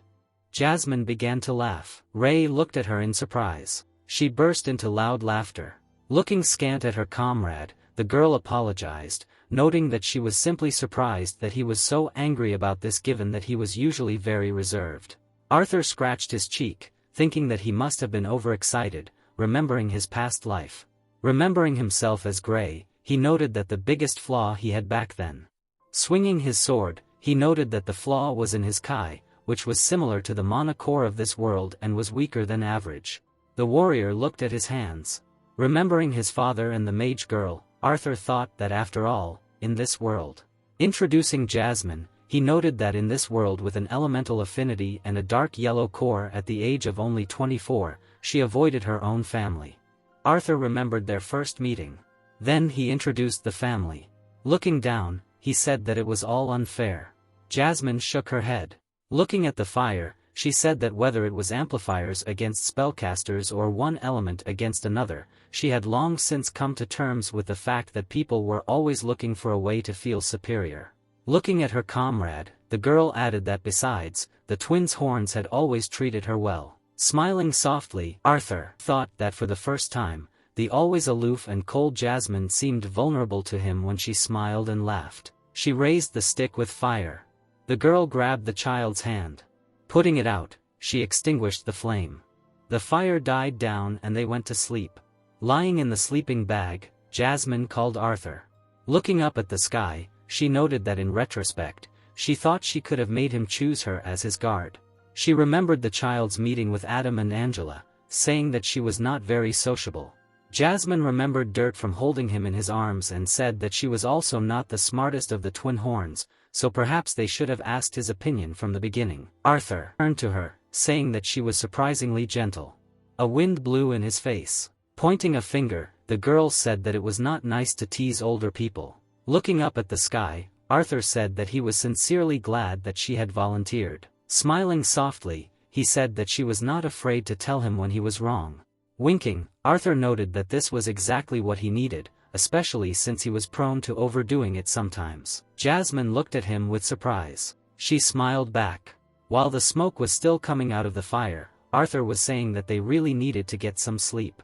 The two of them were lying on the grass. Turning away, the girl said that when she spoke to him, she did not feel like she was talking to a child. She looked away. Jasmine looked down again.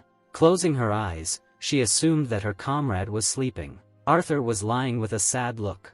It was a bright blue sky during the day. Birds were sitting on the branches and animals were walking in the grass. Somewhere a spider was making a web. Arthur, feeling the weight on his chest, was telling Sylvie that she was too heavy to sleep on. He opened his eyes. A black beast was looking at him. The two of them froze. Jumping up, Arthur screamed. The beast began to run away. The Arthur caught a scent. He saw that fish was frying on the fire. Jasmine by the big rock wished him good morning. Rubbing his eyes, the mage responded in kind and said that she should have woken him up so that he could help with the morning duties. He smiled nervously when the girl said that she tried to do so, but he did not respond. Arthur apologized. Jasmine adjusted her t-shirt, offering to eat since they were awake. She asked Sylvie if she would join them. Arthur smiled widely. He closed his eyes and called the animal. Sylvie, eating the animal, answered that she had food. Arthur darkened and muttered that he thought she would be fine. The remains of breakfast lay by the fire. Jasmine put on her uniform. Arthur, looking down, asked where they were going now. Adjusting his belt, the girl explained that one of the reasons she brought him here was so they could spar. The mage asked, surprised. Jasmine looked at him and said that she noticed that his fighting style seemed a little strange. Turning her head back, she noted that it looked like his head knew what to do, but his body did not obey. She remembered his fight with the headmaster. Then Arthur tripped and flew backwards. Arthur put his hand behind his head and said that it was a good idea. Looking up, he asked what kind of sparring she was thinking about.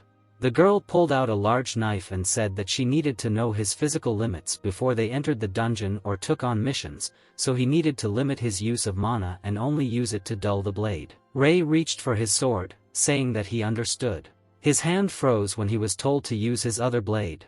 His eyes widened. Turning around, he asked his friend how she knew it was a blade. Jasmine noted that he was too practical to carry around a simple wooden stick for no reason. Arthur pursed his lips. He reached for the sword.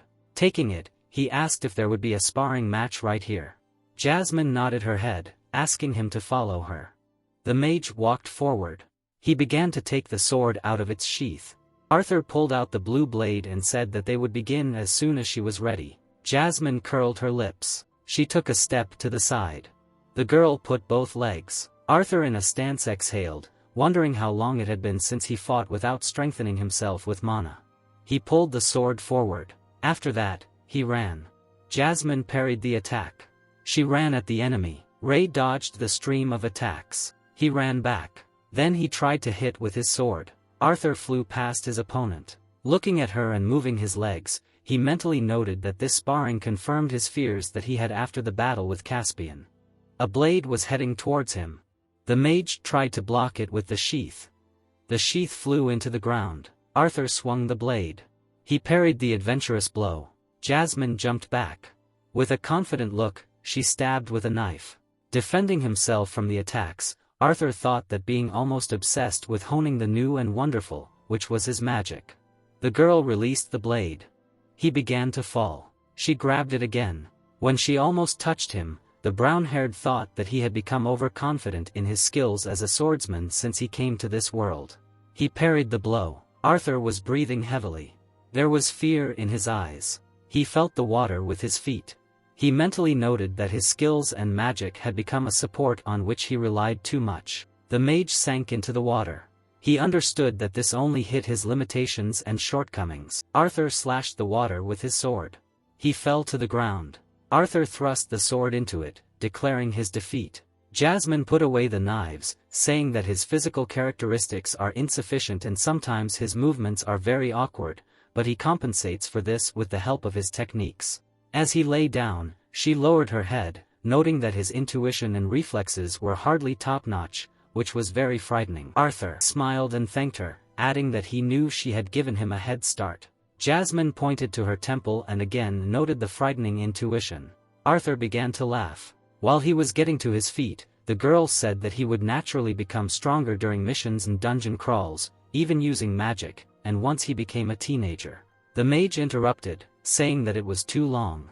He looked at his worn palm and said that he was several years ahead of his peers in mana manipulation, so he wanted to focus solely on sword fighting without relying on a mage. Jasmine asked with a surprised face if he really wanted to go down to the dungeon and not use mana there. She noted that even warriors who dare to undertake such a reckless experiment need decades to master the art of wielding a sword. She said that she knew he was good, but Arthur, with sweat on his face, said that it would take 2 years. He raised his head to him. Looking at his friend, Arthur said that this was all he needed. These events end the second season of the work. Thanks for watching. Please don't forget to press the subscribe button and leave feedback.